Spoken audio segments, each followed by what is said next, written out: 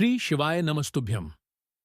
दोस्तों, सावन का पवित्र महीना शुरू हो चुका है और आप सभी जानते हैं कि सावन के महीने में भगवान शिव को बेलपत्र अर्पित करने का बहुत ही अधिक महत्व होता है, क्योंकि बिना बेलपत्र के शिव पूजा अधूरी मानी है। आप अन्य महीनों में शिवलिंग पर बेलपत्र समर्पित करें या फिर न करें, लेकिन सावन के पूरे महीने आपको बेलपत्र जरूर से अर्पित करनी चाहिए। ऐसा करने से पूरे साल भोलेनाथ हमसे प्रसन्न रहते हैं। तो दोस्तों, आज का जो यह पूरा ही वीडियो है बेलपत्र को लेकर होने वाला है, क्योंकि कई बार हम जाने अनजाने में बेलपत्र को गलत तरीके से तोड़कर शिवलिंग पर चढ़ा देते हैं या गलत तरीके से शिवलिंग पर समर्पित कर देते हैं। और बहुत से लोग तो यह बेलपत्र प्रसाद स्वरूप या औषधि स्वरूप खाते भी हैं। तो लगभग 99% लोग बेलपत्र गलत तरीके से खाते हैं, जिसका फिर उन्हें दोष भी लगता है। तो इसीलिए दोस्तों, आपको भी यह गलतियां नहीं करनी है। इसीलिए आज का यह पूरा ही वीडियो बेलपत्र से जुड़े महत्वपूर्ण नियमों के बारे में होने वाला है। देखिए दोस्तों, पूज्य गुरुदेव ने आज अपनी कथा में बताया कि चाहे सावन का सोमवार हो, मंगलवार हो, बुधवार हो, गुरुवार हो, शुक्रवार हो, शनिवार हो या रविवार हो, यानी कि पूरे महीने सभी शिव भक्तों को बेलपत्र शिवलिंग पर जरूर चढ़ाना है। गुरुजी ने बताया कि बेलपत्र को किस दिन तोड़ना चाहिए और किस दिन नहीं तोड़ना चाहिए। इसी के साथ बताया कि कई लोग शिवलिंग से बेलपत्र उठाकर उसे पूरी ही खा लेते हैं, जो कि कई गलत तरीका है।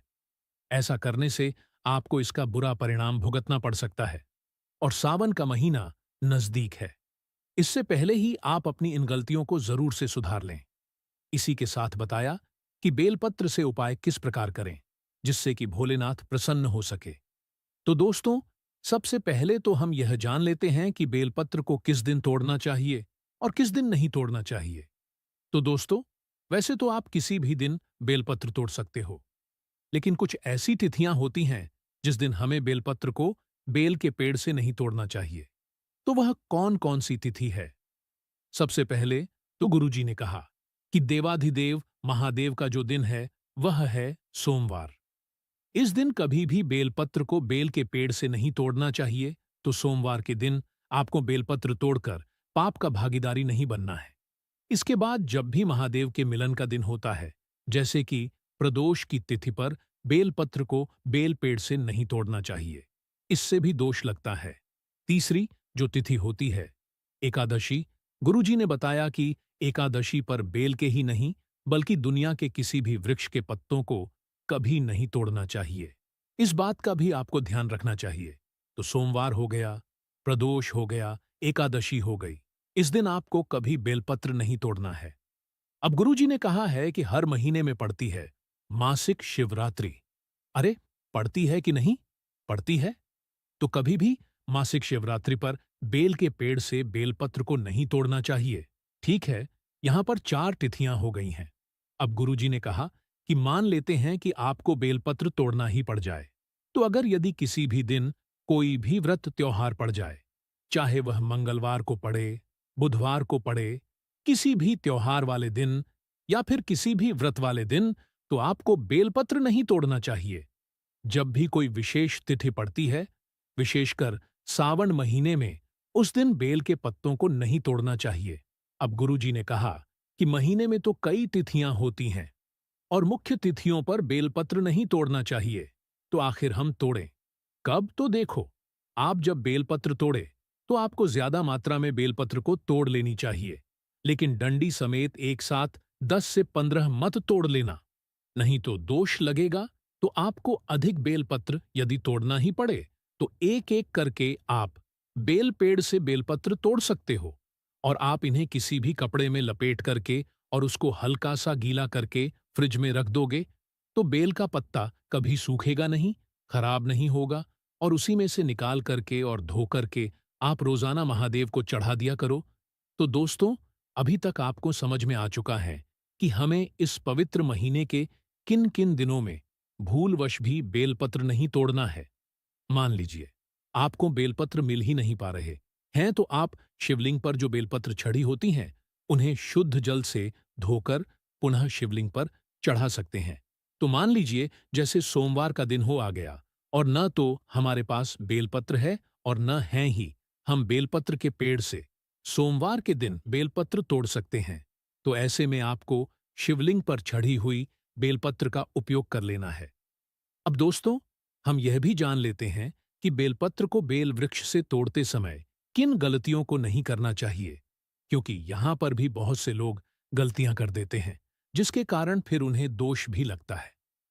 तो दोस्तों, गुरुदेव ने बताया कि कई लोग जब भी बेलपत्र को शिवलिंग पर चढ़ाने के लिए बेलपत्र के वृक्ष से तोड़ते हैं, तो वह पूरी डंडी को तोड़ लेते हैं और उस डंडी में कम से कम 10 से 20 बेलपत्र लगे होते हैं और वह सोचते हैं कि हमने तो बहुत आसानी से 10 से 20 बेलपत्र एक साथ तोड़ लिए।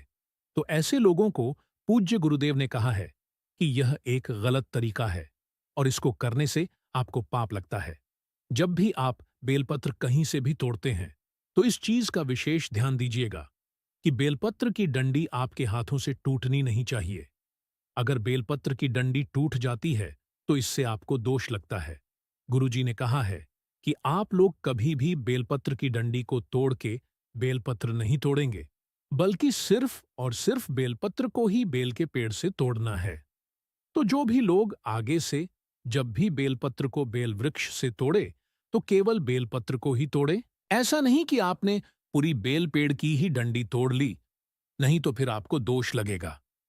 अब दोस्तों, इसके बाद हम जान लेते हैं कि बेलपत्र को शिवलिंग पर किस तरीके से चढ़ाना चाहिए, क्योंकि कई लोग यहां पर भी गलतियां कर देते हैं।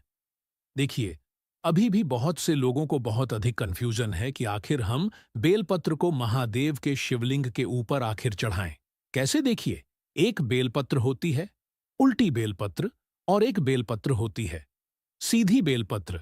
तो आपने जब भी बेलपत्र बेल पेड़ पर से तोड़ी होगी, तो एक बात देखी होगी, बेलपत्र में दो भाग होते हैं, यानी कि एक भाग चिकना होता है जो कि सीधा भाग होगा और यही भाग शिवलिंग से स्पर्श रहेगा, और एक भाग होगा खुरदरा जो कि उल्टा भाग होता है। तो कभी भी महादेव के शिवलिंग के ऊपर जब बेलपत्र को समर्पित करोगे या शिवलिंग के ऊपर समर्पित करो, माता अशोक सुंदरी के स्थान पर चढ़ाओ, माता के हस्त कमल पर कहीं पर भी चढ़ाओ, तो जो चिकना वाला भाग होता है ना बेलपत्र का, वह शिवलिंग को टच होना चाहिए। ठीक है ना? ऐसा नहीं है कि आपको उल्टा चढ़ाना है। चिकना वाला भाग शिवलिंग को टच होना चाहिए। और जब महादेव के शिवलिंग के ऊपर चढ़ाओ, अपने जीवन के किसी भी प्रकार के कष्ट को बोलकर कि तो डंडी हमेशा माता अशोक सुंदरी की तरफ हो। और जब बेलपत्र माता अशोक सुंदरी के स्थान पर चढ़ाओ किसी विशेष परिस्थिति में, तो डंडी होनी चाहिए बाहर की तरफ और पत्ती वाला भाग होना चाहिए महादेव की तरफ। इस चीज का विशेष ध्यान देना होगा। ठीक है, तो यहां तक आपको बात समझ में आ गई होंगी कि बेलपत्र आपको कैसे उल्टा चढ़ाना, कैसे सीधा चढ़ाना, डंडी किधर होगी, पत्ती किधर होगी। ठीक है। इसके बाद दोस्तों, गुरुजी अपनी कथा के दौरान दीपक के उपाय भी बताते हैं। तो कौन से दीपक में कौन सी बाती का प्रयोग करना है, यह भी आप जान लीजिए। देखिए, गुरुजी ने बताया कि आप जो रोजाना दीपक लगाते हैं या सोमवार को, प्रदोष को या मासिक शिवरात्रि को दीपक लगाते हैं, तो आपको कभी भी बेल पेड़ के नीचे गोल बत्ती का दिया नहीं लगाना चाहिए, क्योंकि बेल पेड़ के नीचे मां सती का वास होता है, यानी कि मां पार्वती का वास होता है। तो कभी भी वहां पर हम लोगों को गोल बत्ती नहीं, बल्कि लंबी बत्ती के ही दीपक को लगाना चाहिए। तो यह बात भी ध्यान रखें। और शिव मंदिर में यदि शिवलिंग के पास दीपक लगा रहे हैं, तो गोल बत्ती का ही दीपक लगाएं। इस बात का भी ध्यान रखें। अब दोस्तों, जानते हैं सबसे महत्वपूर्ण जानकारी के बारे, जो कि है बेलपत्र को खाने को लेकर। तो आखिर हमें बेलपत्र खाना कैसे चाहिए? तो देखो, बहुत ही ध्यान से सुनेंगे तो देखो, आप सभी को पता है कि बेलपत्र में 3 पत्तियां होती हैं, यानी कि बीच में सबसे बड़ी पत्ती होती है और जो नीचे की 2 पत्ती होती है, बाई और दाई पत्ती, यह दोनों छोटी पत्तियां होती हैं। तो जब भी आप महादेव के शिवलिंग के ऊपर से बेलपत्र को उठाते हो खाने के लिए, तो सबसे पहले हमें दाहिनी वाली बेलपत्र को तोड़कर खाना चाहिए। कहने का मतलब क्या है कि जो नीचे की 2 छोटी पत्तियां होती हैं, इसमें सीधे भाग की पत्ती सबसे पहले खानी चाहिए। जब आप यह सीधे भाग की पत्ती खा लें, तो फिर आपको बेलपत्र की बाईं पत्ती यानी कि उल्टे भाग की पत्ती को खाना चाहिए। जब आप यह दोनों पत्तियां खा लें तो फिर आपको बेलपत्र की सबसे बड़ी पत्ती को खाना चाहिए। तो इसी तरह से आपको यह बेलपत्र खानी चाहिए। गुरुजी ने कहा कि अभी तक आप लोग कौन सी गलती करते थे जब आप महादेव के शिवलिंग के ऊपर से बेलपत्र को उठाते थे, ना तो सबसे पहले क्या तोड़ते थे, यही बड़ी वाली पत्ती तोड़ा और चबा चबा के खा गए। ये एक गलत तरीका है। बेलपत्र की बड़ी वाली पत्ती को खाने का तरीका लास्ट में होता है।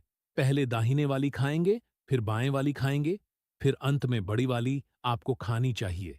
तो यहां तक आपको बात समझ में आ गई होंगी कि हमें आखिर जो बेलपत्र हैं वह किस प्रकार से खानी चाहिए। इसी के साथ बेलपत्र तोड़ना कब और साथ ही किस दिन हमें यह बेलपत्र तोड़ना चाहिए।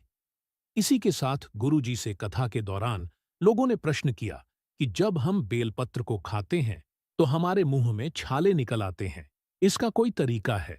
तो देखो, इसका भी एक तरीका गुरुजी ने बताया है कि जब आप बेलपत्र को महादेव के शिवलिंग से उठा के लाओ तो इस बेलपत्र को सुखा लो।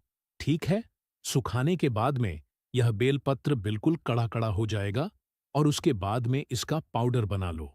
ठीक है, पाउडर बनाने के बाद में आप इस बेलपत्र को संभाल करके कहीं अपने पूरे घर में रख दो, कहीं पर भी रख दो। और जब भी आप किसी को सुधारने का उपाय करो, बीमारी का उपाय करो, किसी को कुछ खिलाने का उपाय करो, तो यही बेलपत्र की एक चुटकी मिला करके भोजन में, जल में या फिर किसी भी चीज में मिक्स करके दे दिया करो। यकीन मान लीजिए, कभी उस इंसान को फिर बेलपत्र खाने की जरूरत नहीं पड़ेगी, वही पाउडर से ही काम चल जाया करेगा।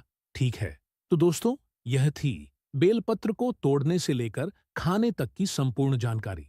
जो यदि आपको पसंद आई हो तो वीडियो को लाइक करें और कमेंट बॉक्स में ओम नमः शिवाय या हर हर महादेव जरूर लिखें। और आज से ही यदि आप भी गलती करते हुए आ रहे हैं तो अपनी इन गलतियों को जरूर सुधारें। धन्यवाद।